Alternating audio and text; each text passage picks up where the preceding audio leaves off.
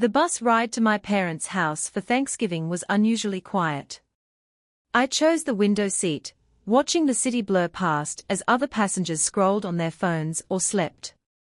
It wasn't a grand arrival, but it suited me just fine. I had learned long ago that appearances were overrated. Growing up, I had always been labeled the practical one. My younger sister Lena loved shiny things, luxury cars, designer handbags, and anything that screamed success. I, on the other hand, preferred simplicity. Buses, walking, and the occasional ride-share were more than enough for me. My mother, Margaret, saw my lifestyle as a failure. My father, Richard, turned it into a family joke. Remember when you said you'd never need a car? My mom laughed at my college graduation. Still standing by that nonsense. I smiled and said nothing. There was no point explaining that I didn't need a car, not when I was building something far bigger than they could imagine. By the age of 23, I had founded Skyreach Aviation Solutions with one leased helicopter and a vision. I noticed something no one else did: emergency medical transport, executive aviation, and disaster response logistics were painfully inefficient. No one was thinking big enough. I did. At 28, my company was operating in 14 countries. We expanded from helicopters to private jets, acquired regional airlines, and built a global infrastructure. Our emergency division had saved thousands of lives. CEOs paid premium rates for privacy and speed. Last quarter alone, our valuation reached $2.8 billion. My family had no idea. I stepped off the bus 2 blocks from my parents' suburban home right at 2 p.m. The timing was intentional. In the driveway, Lena's white Tesla sat beside her red Mercedes and the brand new black Range Rover she'd bought last month. 3 cars. 1 person. The front door opened. "There you are," Mom said with a polite smile. "Did the bus run on time?" "It was fine," I replied. She sighed. "You really should let your father help you buy a used car. Something respectable. You're 31 now." The house smelled like turkey and quiet disappointment. Lena was already lounging in the living room, dressed head to toe in designer clothes. When she saw me, her lips curled into a familiar expression, half pity, half superiority. "Oh wow, you actually made it," she said. "Did you have to switch buses?" "Just one," I answered calmly. My father walked in holding a glass of whiskey. "The bus traveler returns," he chuckled. "Lena, did you show your sister your new Range Rover?" "That's what success looks like." "It's beautiful," I said politely. "Beautiful?" Dad laughed. "It cost $120,000. And here you are spending $2.50 on bus fare." My phone vibrated in my pocket. I ignored it. "I worry about you," Mom said softly. "What if you need to go somewhere important? Job interviews? Meetings? You can't show up on a bus." "I manage just fine." "She's probably too proud to admit she can't afford better," Lena whispered loudly. "Aviation logistics," I corrected when they mocked my work. "Oh right," Dad smirked. "That little business fantasy. How's that going?" "Very well," I replied. "Well enough to buy a car." Before I could answer, more family arrived: Uncle Harold, Aunt Vivian, and my cousins Ethan and Claire. Each arrival brought another luxury car, another reminder of how behind I supposedly was. "So, how did you get here?" Aunt Vivian asked. "Bus," Lena answered for me. "Oh," she said carefully. "Well, some people bloom later." Dinner prep turned into a showcase of everything I lacked. Lena bragged about insurance costs higher than most people's rent. Ethan talked about his Audi's performance. Claire complained about Lexus customer service. And every few minutes, Someone asked about my commute. Isn't it dangerous? What about rain? Don't you feel embarrassed? I stayed calm. I always did. Because I knew something they didn't. As appetizers were served, the interrogation intensified. Lena casually mentioned her $11,800 monthly car payment. That's more than your rent, right? I don't have a car payment, I said. Exactly, she smiled. Dad took another drink. I don't get it. We gave you the same opportunities as Lena. Same schools. Same support. She was always different, Mom added. Obsessed with airplanes. I liked aviation, I said. Liking something doesn't mean it's a career, Uncle Harold said wisely. My phone buzzed again, urgent. I replied quickly. Always on that phone, Aunt Vivian muttered. What kind of logistics needs this much attention? Ethan asked. The kind that keeps things running, I said. Like Uber? Claire asked brightly. I sighed. No, by now, frustration filled the room. You have nothing to show for your life, Mom said. No car. No house. No stability. I do have stability. Then prove it, Dad snapped. Right now. My phone buzzed again. Proceed as scheduled. ETA 45 minutes. You'll see soon enough, I said. Lena laughed. See what? Another lie. 3 helicopters, I said calmly. Landing here. Silence. Then laughter. She's lost it, Lena said. Actually insane. Wait 17 minutes, I replied. And that's when everything began to change. We stepped out into the backyard, the November air sharp and unforgiving. Everyone stood awkwardly, arms crossed, breath visible in the cold. The large yard stretched out behind the house, quiet and ordinary, at least for now. This is ridiculous, Dad muttered. Standing outside waiting for imaginary helicopters. They are not imaginary, I said calmly. Just early. Lena laughed, sharp and nervous. You really expect us to believe this? Yes. Minutes passed.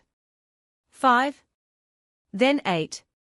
The silence felt heavy, broken only by the rustling of trees. Then it happened. A low, distant sound crept through the air. What is that? Claire asked. Dad frowned. Probably traffic. No, Ethan said slowly. That's not traffic.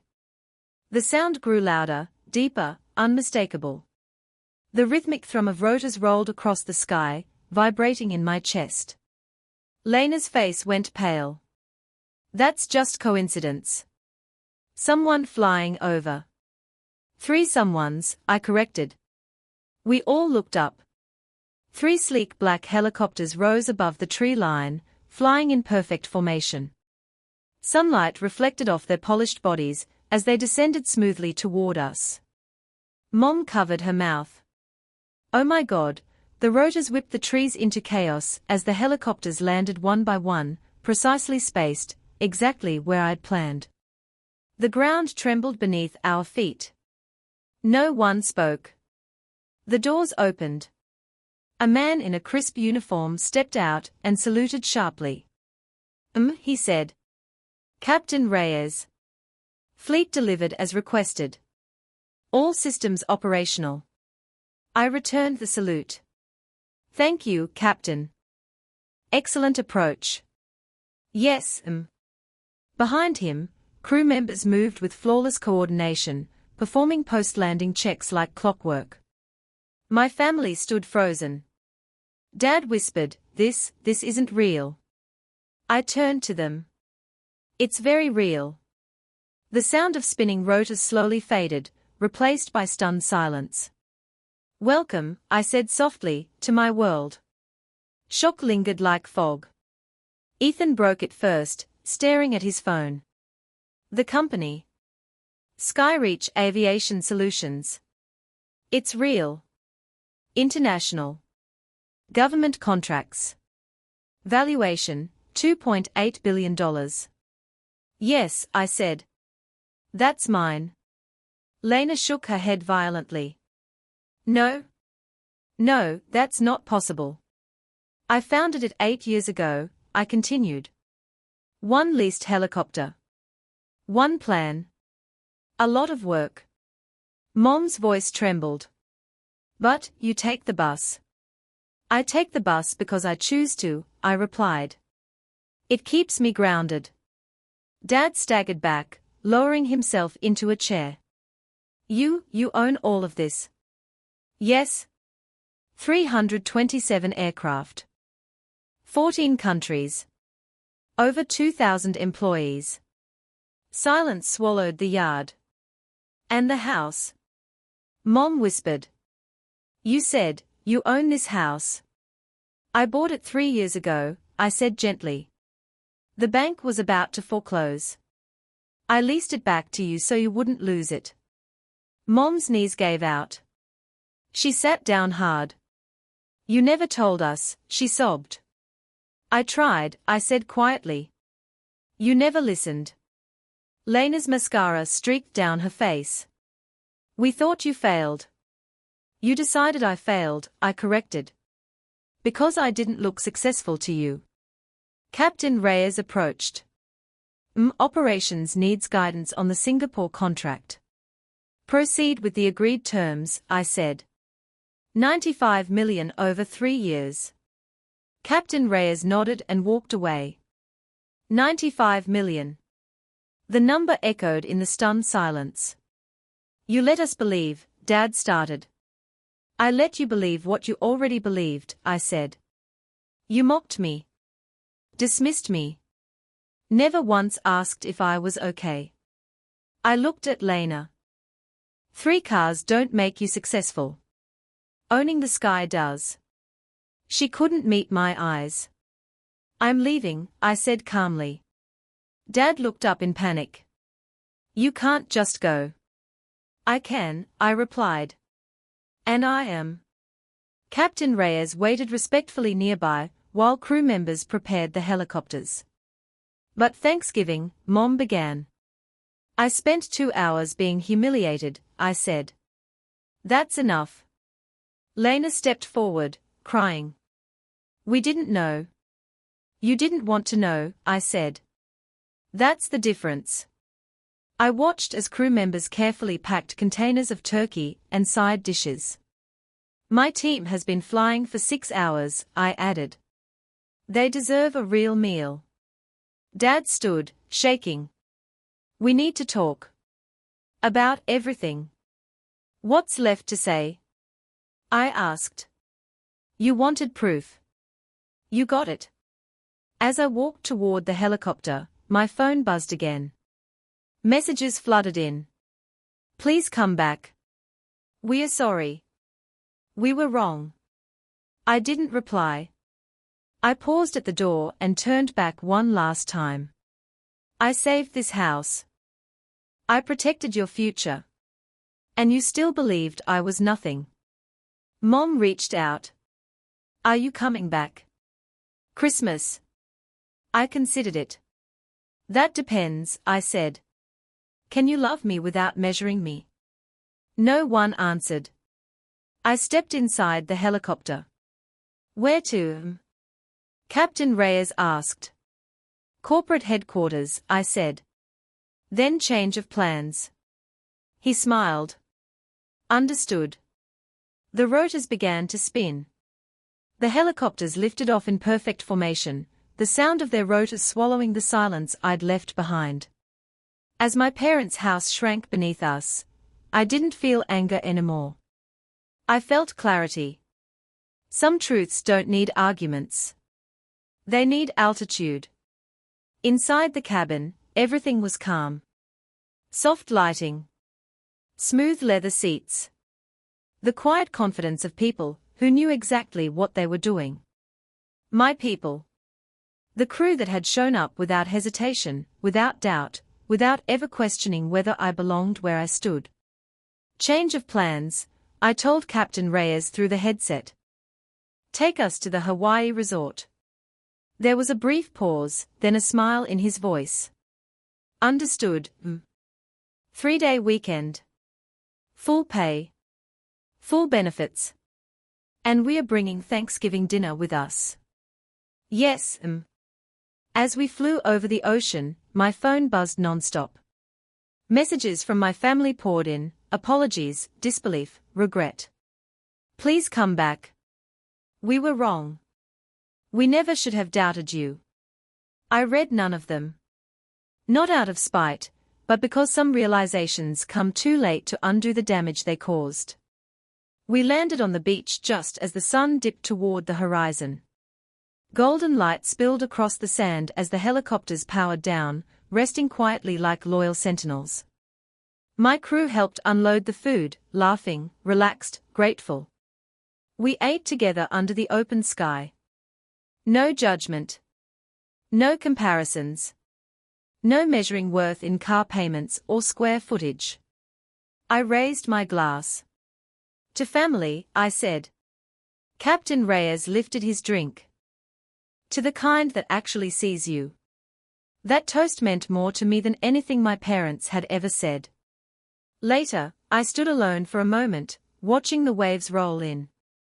14 countries. 327 aircraft. Thousands of employees. A company valued at $2.8 billion. And still, I chose the bus. Because success was never about showing off. It was about freedom. Control. Purpose.